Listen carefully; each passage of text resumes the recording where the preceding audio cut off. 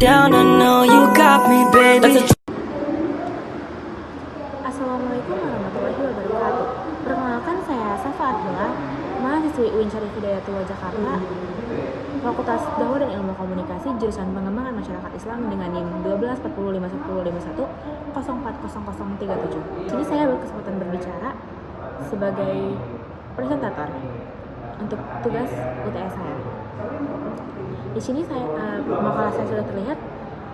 Di sini saya akan menjelaskan materi tentang syibul jumlah atau kerap dikenal dengan zarf zaman serta i'rabnya. Pertama, apa sih syibul jumlah itu? Jadi, syibul jumlah itu secara bahasa berarti semacam jumlah atau kalimat. Dalam ilmu nahwu, syibul jumlah itu susunan kata yang menyerupai kalimat sempurna. Tapi syibul jumlah nggak berdiri dengan jumlah yang hakiki. Biasanya berupa gabungan zorof dengan mudhof ilaih, kayak keterangan tempat atau waktu. Contohnya adalah ini, fil masjid. Nah, itu kan ada gabungan dari huruf jar. Huruf jar yaitu dari divi dan sama kata benda, fil masjid. Nah, contoh kedua ada ba'dal asr. Itu tuh gabungan dari zorof dan isim, keterangan waktu atau tempat plus kata benda. Tapi ingat, syibul jumlah ini belum bisa berdiri sendiri. Misalnya kalau ada orang bilang di masjid, pasti orang bakal nanya lagi, siapa yang di masjid? Maka syibul jumlah butuh teman karena kalimat ini nggak akan tersusun secara sempurna. Kedua, saya akan menjelaskan fungsi dari syibul jumlah. Jadi, fungsi dari syibul jumlah ada 3, yaitu sebagai khobar, hal, atau dan tamyiz. Jadi, khobar yaitu menjelaskan subjek. Contohnya kayak Al-Kitabu alat tawilah, buku di atas meja. Nah, yang kedua adalah keterangan keadaan, menjelaskan keadaan saat suatu peristiwa terjadi.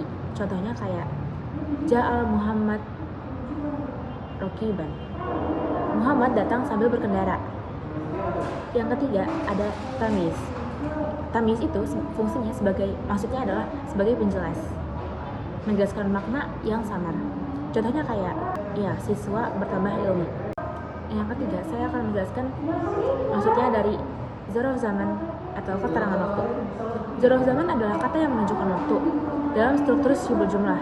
Zarf zaman menunjukkan waktu kejadian, umumnya dibaca mansub atau fathah. Contohnya kayak al-yaum, hari ini, gitu. Terus amsi, kemarin, atau sobahan, pagi, dan ba'da zuhur, yaitu setelah zuhur. Ngerti kan? Nah, setelahnya saya akan menjelaskan dan i'rab dari syibul jumlah. Nah, syibul jumlah itu enggak di-i'rab sebagai satu unit, tapi bagian-bagian i'rab. Kayak yang huruf jar enggak berubah, isim ma'ruj, majrur dikasih harokat kasroh karena didahului huruf jar, sama zorof biasanya mansub, berharokat fathah atau mabni yang tepat, tergantung jenisnya. Contohnya kayak fi di fil masjid.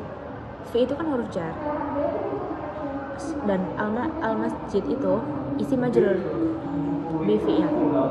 Nah, gitu teman-teman. Nah, selanjutnya saya akan ngasih contoh dari kasus atau soalnya. Jadi gini, soal pertama. Nah, kelihatan di atas soalnya gimana? Nah, manakah dari berikut ini yang merupakan contoh syibul jumlah dalam bentuk zorof zaman?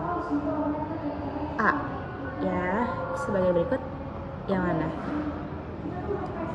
Saya akan menjelaskan jawabannya, yaitu ba'dil fajri. B. Kenapa B? Karena itu menunjukkan keterangan waktu. Nah, ini termasuk zorof zaman. Karena kan tadi yang saya bilang, syibul jumlah itu kalau misalnya dibentuk dalam bentuk zorof zaman itu pasti keterangan waktu. Nah, soal kedua adalah i'rab dari frasa fil masjid. Ini udah dibahas tadi ya. fi yaitu huruf jarnya masjid, isim majrur dengan fi yaitu sibul jumlah fi mahali raf'in sebagai khobar. Nah, soal yang ketiga, manakah dari berikut ini yang merupakan contoh zarf zaman? Tadi kan udah dijelasin zarf zaman itu apa. Jadi jawabannya apa? Ba'dal asr, yang menunjukkan waktu. Nah, cukup sekian dari presentasi saya. Jadi maksudnya pada intinya sibul jumlah itu ta'aluk, yaitu keterkaitan dengan kata lain dengan dalam kalimat supaya maknanya lengkap. Tanpa ta'aluk, sibul jumlah itu nggak bisa berdiri sendiri. Kayak fil bait, yaitu di rumah.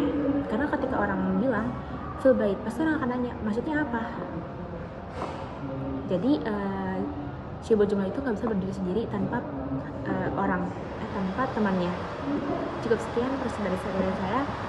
Terima kasih. Wassalamualaikum warahmatullahi wabarakatuh.